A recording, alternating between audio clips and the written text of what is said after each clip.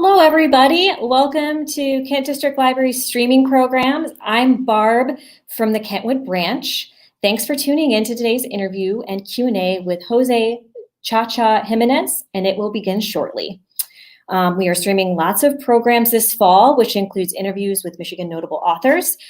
This week's interview is with author Anissa Gray about their book, The Care of Feeding Ravenously Hungry Girls, on Friday, October 23rd at 7 p.m.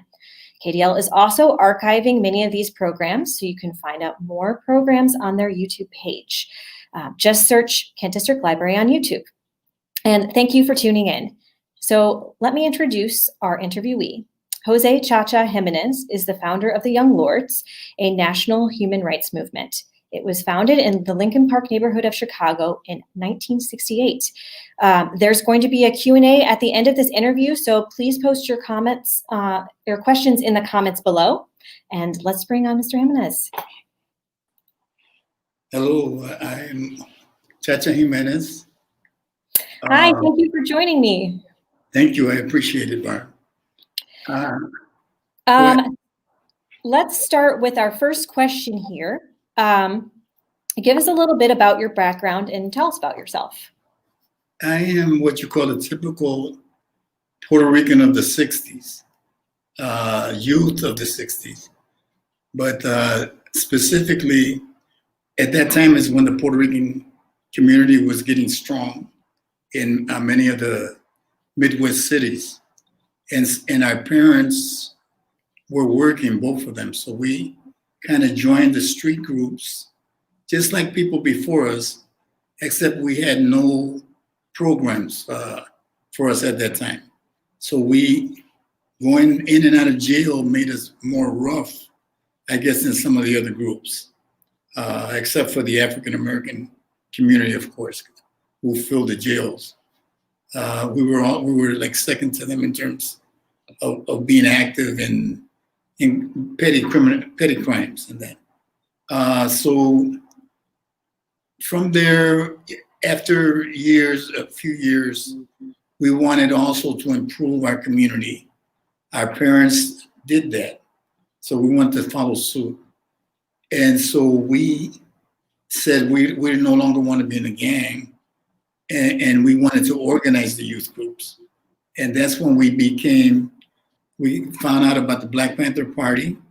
We found out about other African-American groups, the Civil Rights Movement, Malcolm X.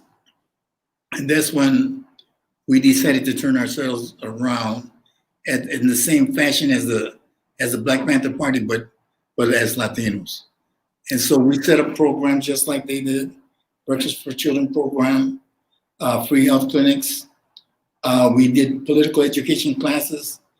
We saw gentrification similar to colonialism in Puerto Rico, where they had colonized our country, invaded our country basically during the Spanish-American War, and so we felt a need that we needed to free our country, and we needed to learn as much as we could about our history that was never taught to us in schools, neither in Puerto Rico nor in the United States schools. And so the Young Lords became educators, and we went at the grassroots level teaching the youth about their history.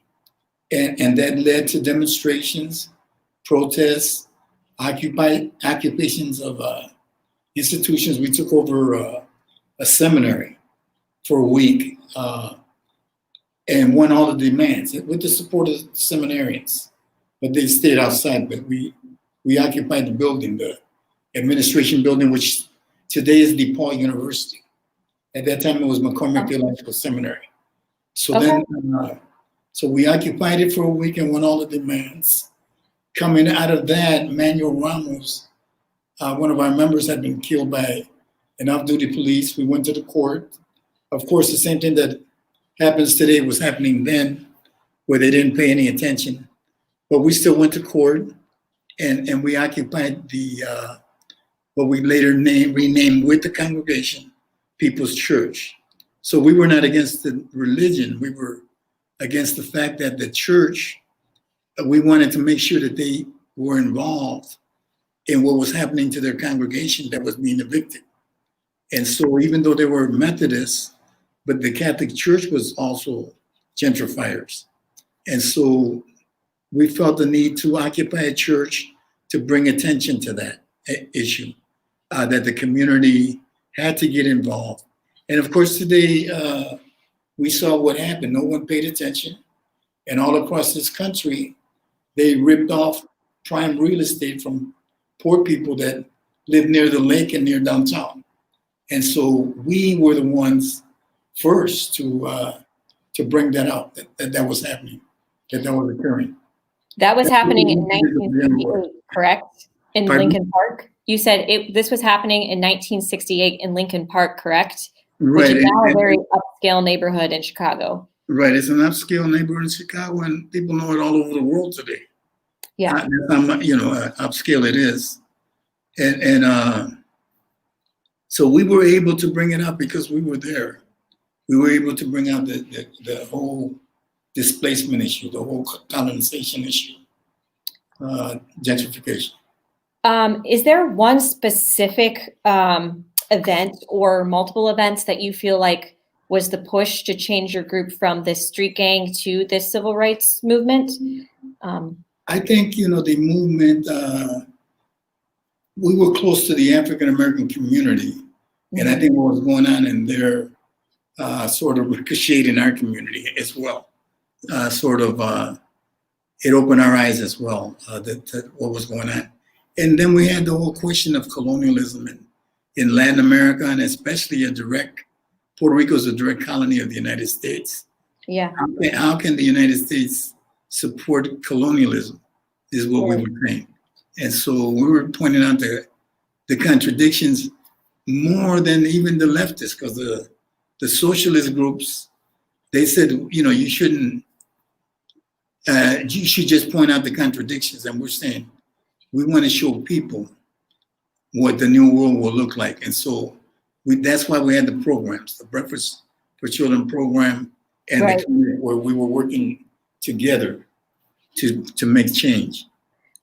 You had mentioned that you had worked with a certain church, and there was, I believe it was Bruce Jensen.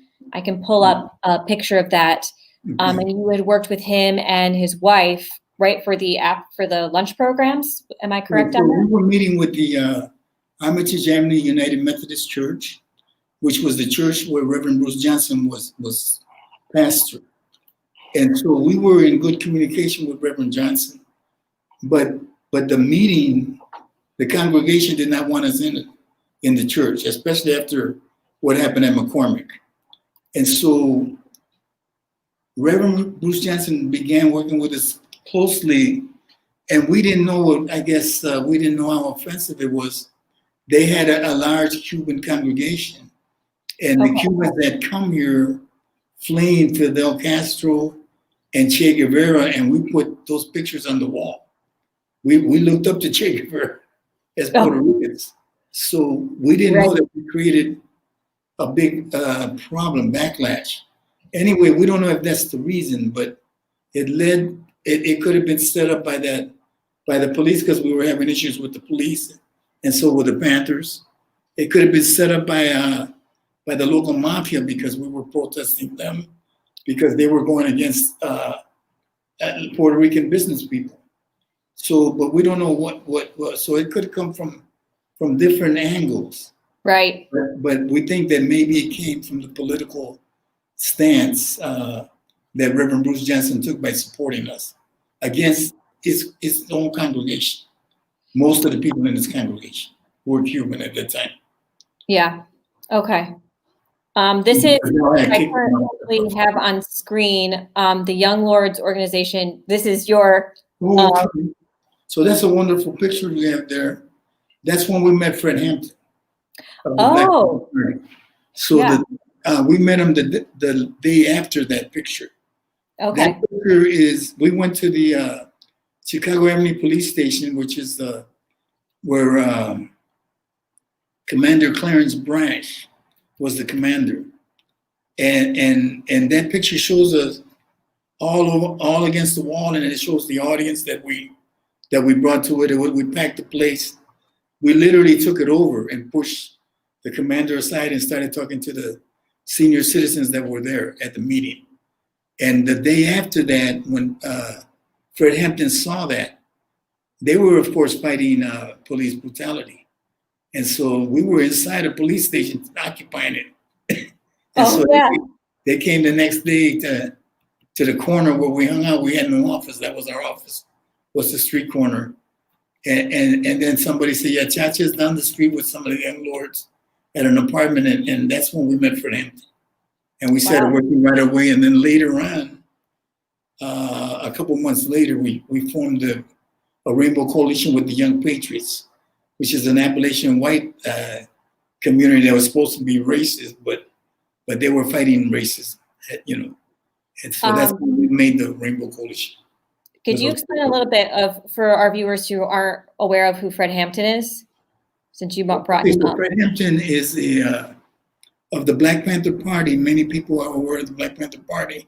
Fred Hampton was one of the major leaders of the Black Panther Party, and he was killed in an early dawn raid in his home by a group of police officers led by the state's attorney. They raided his apartment and they came directly to his room and killed him. They wanted him out. He was a great speaker, a great organizer, and they were very afraid that he was his movement was growing. In fact, when they put him in jail, they had to put him in isolation because they were afraid that he would be organizing the inmates. The inmates would follow him. So Fred Hampton was a leader, was a natural leader, but also a major leader in the Black Panther Party. And of course, the leader of the movement. Well, that's why it was Rainbow Coalition, because he not only led African Americans, he led Latinos, he led poor whites. So he was broad-based. So for those, that is one of our questions that we have, but we can cover a little bit about the Rainbow Coalition right now. Could you explain a little bit more? You talked about it was a group of multiple groups working together, but maybe let everyone know a little bit more about it. Okay, so this was prior to the whole movement of inclusion and equity and all that. It was prior to that. So everybody was working with their own community. And this was a way the Rainbow Coalition recognized each community for what they were, very important, but it also saw a need to unite, to work together as a team. So working together as a team, but also respecting each other's culture and purpose for being. I think that's what the Rainbow Coalition was. And we wanted to spread that all over. So originally it was just 3 groups: the Young Patriots, the Young Lords, and the Black Panther Party. Started by Fred Hampton, and the main organizer on the north side was, I can't think of his name. Fred Hampton was there, but he was the main organizer. He was the main organizer. I'll think about it later.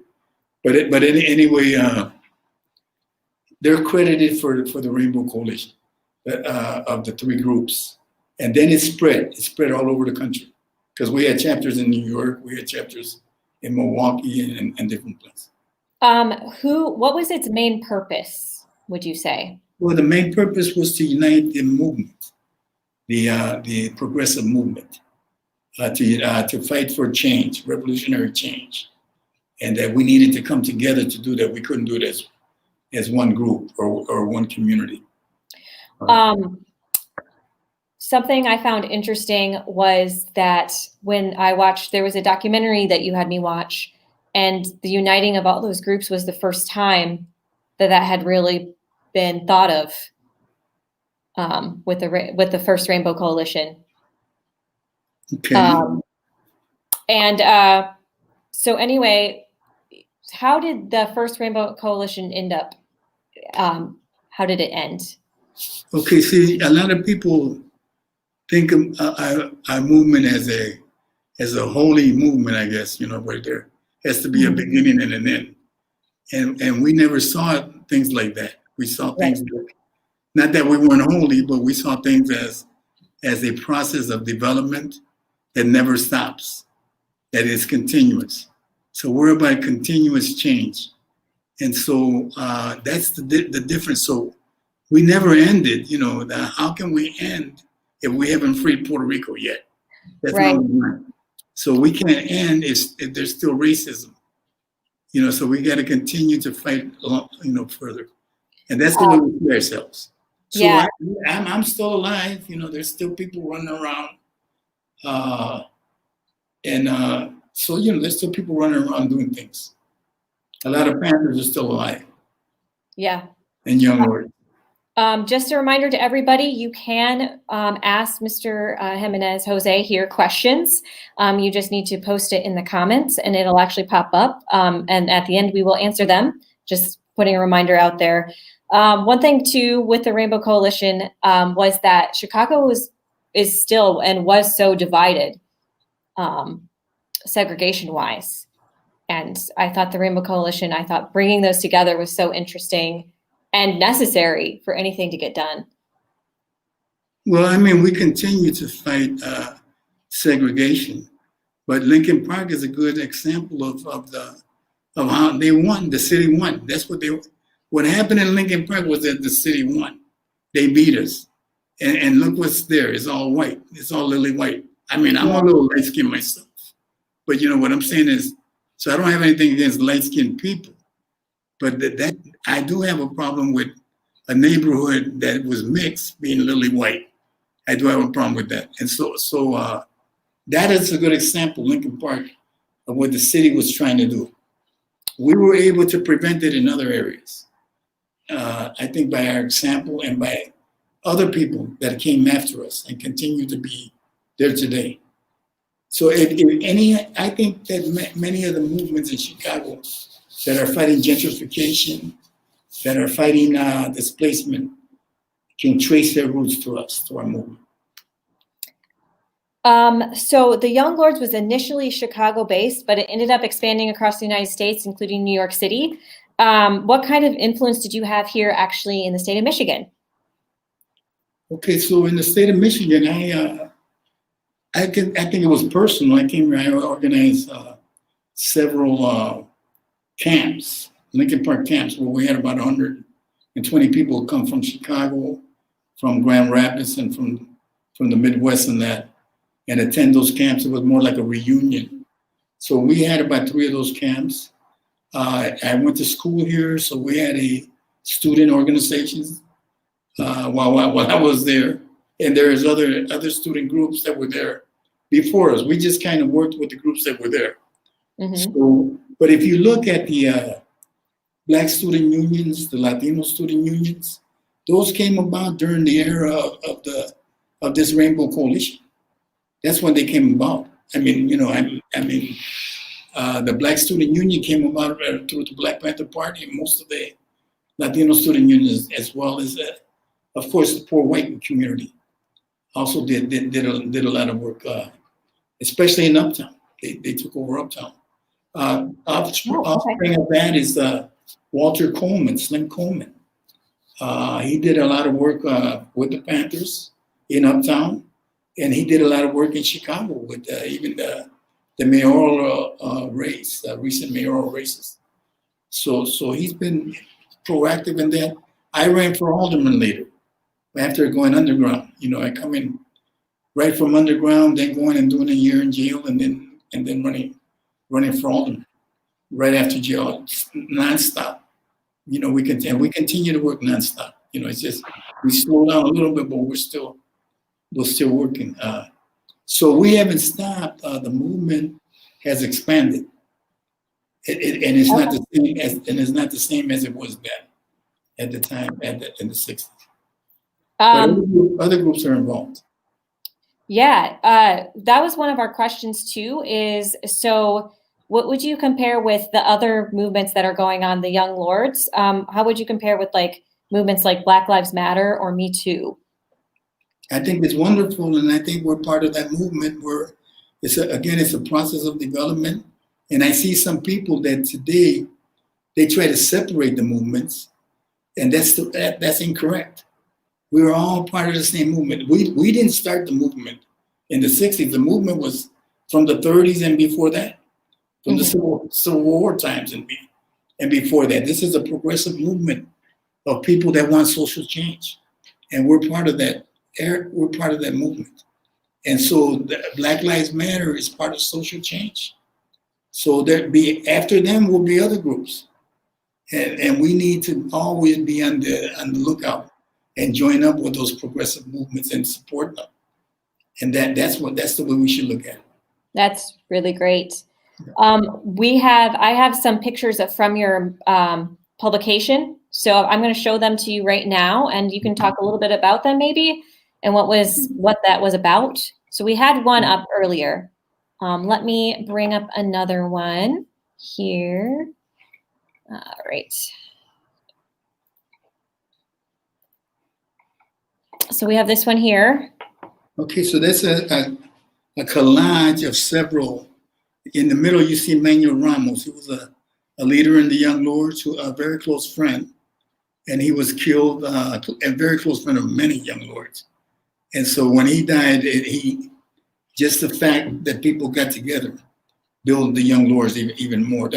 In fact, when he died, some of the Young Lords that were on the fence, that didn't want to work for social change, decided they were going to work for social change because of Manuel Ramos. It was either that or get in a suicide fight with the police at that time.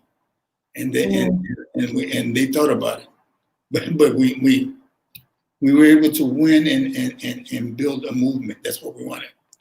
To the left, you see Jose Pancho Lin, left on the bottom. He was a young lord, dark-skinned Puerto Rican, killed because of the color of his skin, in the wrong neighborhood, trying to defend his family as they walked. And so we were tired of that.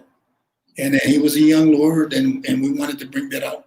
Of course, just the police, when we said, oh, look at these people, they're supporting young lords. They looked at us, they tried to make it look like we were a gang, but these people actually protested. They marched, they demonstrated, they occupied buildings. They were not just gang members. We don't like gangs. We're against gangs. Right. We want people activists. We don't want gang members. Gang members only killed each other. We want people to help each other. And we want people to make change in the community. So being in a gang is not good. And we definitely don't support it. That's why we quit, because we know it's not good. So that's what Pancho did. That's what Omar did. Omar Lopez is another leader of the group, but he's still alive, like I am, like all of us. But Manuel Ramos, Jose Pancho Lin, and different scenes. Like you see, the top picture in the middle is actually us standing at McCormick Theological Seminary that we occupied for a week. So we're standing on one of the porches of that. So, and that's our newspaper. Real simple. Each month it was different. We try to keep the logo the same, but each month it was different because we didn't understand. We put it up however we could. We knew we needed a newspaper to educate the community. You have to have some kind of organ that educates the community. And so we used the newspaper with pennies, nickels, dimes, and pennies. That's how we got the paper out. That's amazing to think that that kind of word of mouth was done with paper instead of on the internet like it is nowadays. It came out, it was good. Let me pull up another one here because I have quite a few. And these, if you want more information, I'll post in the comments. These are DePaul University has these. Okay. Let's see here. Okay, so those are, again, that's one of our papers. Government. I think we're just trying to show the repression that was going on against the movement that especially people today should know that Black Lives Matter and that, we fear for them. Yeah. Because they're fighting the police.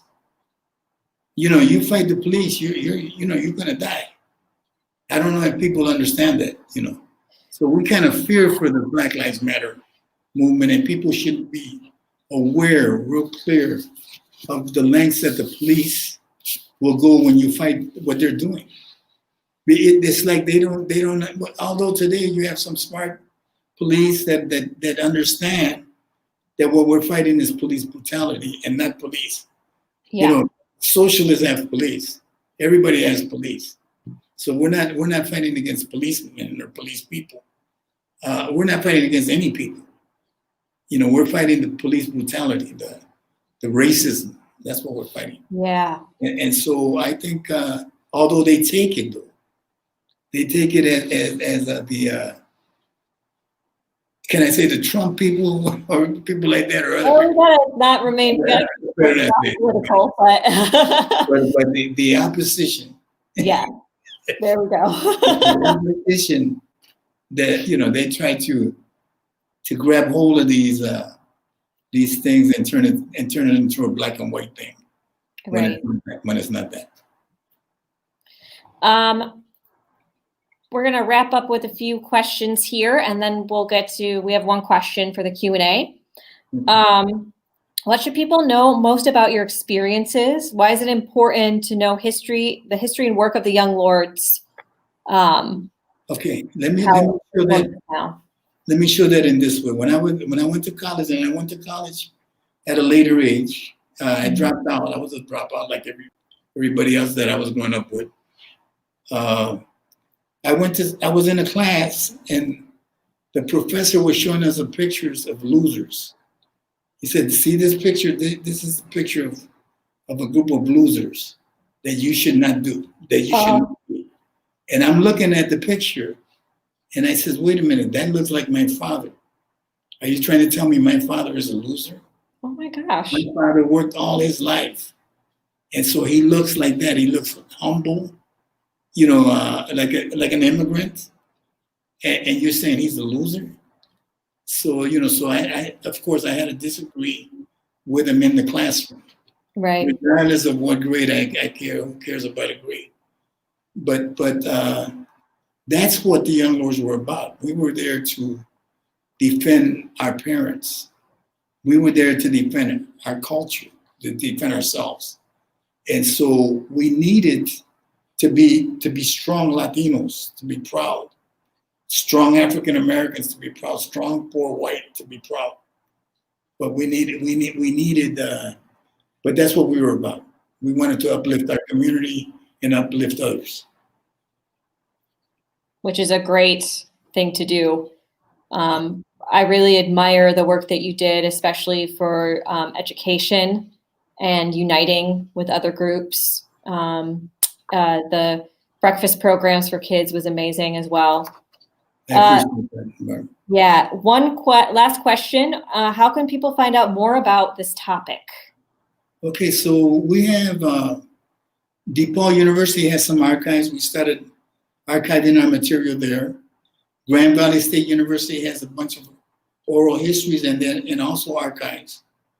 The Young Lords have nationalyounglords.com. And there are other groups. There's the newspapers. Those are in the archives. You'll find all of them in the archives from New York and from Chicago. Again, the police. You will see the police try to divide all of our groups. They divided the Panthers. They divided the Patriots, and they divided the Young Lords. That's why we have a Young Lords party in New York and all that. But it's really the same group, the same movement. Our mission is to free Puerto Rico, regardless of whether we're in New York or Chicago or wherever, or Los Angeles. Yeah. Our mission is to free Puerto Rico, to uplift our community and others. We do have one question here, which I will post now. So this is from Ross Johnson. He said, when you see the Lincoln Parks these days, how different is it and how does that make you feel? Well, it's completely different. Again, there's no Latinos. And it used to be, I would say, 40 to 50% Latino at one time. It used to be like, before that, it was working class communities. But as Latinos moved in, it became primarily Latino community, where you had the Pilsen, had the Mexican community, and the African community was in the south side and the west side. But Lincoln Park was mixed, but primarily Latino at that time, Puerto Rican at the time, and so it's not there. Our people are not there. We got completely wiped off the map. And so, how does it make me feel? I'm very angry, and I need, I need to continue to express it and to make sure it doesn't happen to our people again in other areas. So we need to continue to work on that, and not just our people, but oppressed people, that it doesn't happen to oppressed people again. Because that's really what they wanted to do. They wanted to keep us away from the power, keep us away from the lake, keep us away from downtown. They wanted to keep us away from that. One thing I remember reading was that you ran for mayor of Chicago. Am I correct on that? Not mayor. Not mayor. Oh, you ran for a seat, right? I ran for alderman. Oh, yeah. Yeah. We got, I think, like 29% of the vote.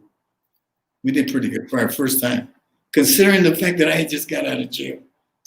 But it was the other way around. I didn't win and go to jail. I had gotten out of jail trying to win. It was the other way around. So in other words, we went to jail because we were trying to open up the gates. Yeah. It was a different situation. Well, we still have time for any Q&A. Otherwise, we will wrap up so we can wait a few minutes here. Is there anything else that you would like to talk about? I think, we need to really come in strong. We have skills and we have opportunities. We have tools today that we didn't have when we were the young lords in Lincoln Park. And it was just people off the street, in the neighborhood. So I think we have those skills and we need to work hard. We can't make change softly. You have to work hard. So I got another question here from Adam Oster, who actually used to work here. What can modern day progressive movements learn from the young lords? That we were committed. That's one thing I forgot to say. If you're going to fight for change, make sure you know about jails, and make sure you understand movements and people that fight for change. They end up in jail, or they end up attacked. If they don't go to jail, they get de-emasculated, whatever you want to call it. They get attacked. The system tries to destroy them. And so that's the thing about the young lords we were already destroyed. We had been in and out of jail, so it didn't face us as much. So we were already trained, but we need to train ourselves to fight the long haul. Isn't there also a movie coming out too about the Rainbow Coalition that's coming out in February? There's a movie coming out about Fred Hampton. It's about the guy who betrayed him. Oh, William O'Neill, and they made a movie. They made a movie about Fred Hampton, but it's the same people that did that movie, The Black Panther. So it's a huge movie. It's not a small thing. I don't know if it's coming out in February or maybe towards the spring. They keep pushing it back because of the pandemic. From what I've seen, it stars the actor who was in Get Out. Right. I don't know their name. And it has some Oscar buzz too. Is there like a young version of you in that? Is there an actor playing? No, they had me in the announcements. There's a guy that's playing me. Oh, okay. There's a guy that's playing me in the movie. I don't know how much he's playing. I think it's just a little part. But because he's playing the part where when they talk about the Rainbow Coalition, and so they have him in there. I've seen him in the when they do the publicity. He's next to Fred Hampton when they do the Fred. Okay. Yeah. Did you get a call? Did they interview you a bit about that time period? Yeah. You mean that we had called? Yeah, did they call you? Did like a movie studio call you and interview you? Well, they actually flew me to Cleveland where they were filming. Wow. Yes, Okay. I flew there to see the part, one of the parts that they were going to do. And I met the guy that's playing me and all that. Oh, very Yeah, cool. yeah. Yeah. I think it's called, what is it called? Homeboy or something. What is it? That's just going to bug me. They changed the name out one time. Judas and the Black Messiah. Exactly. Judas and the Black Messiah. So that'll be coming out in February too. Is that what you said, February? Yeah, it's February. Okay, Right in time. I think January, February, right in time for the Oscars. So yeah, it's coming soon. yeah. I'm excited about it. That's good. Well, we should probably wrap up. Thank you all for everyone who had a question. Thank you, Brian. I appreciate it. Thank you, Jose, for spending the time and for all the work that you did in Chicago and here. I would like to thank you for just coming in and doing this interview. You're a patron here and we've met before, but it was wonderful that you took the time to come in. And thank you all for watching. Yeah, thank you. All right.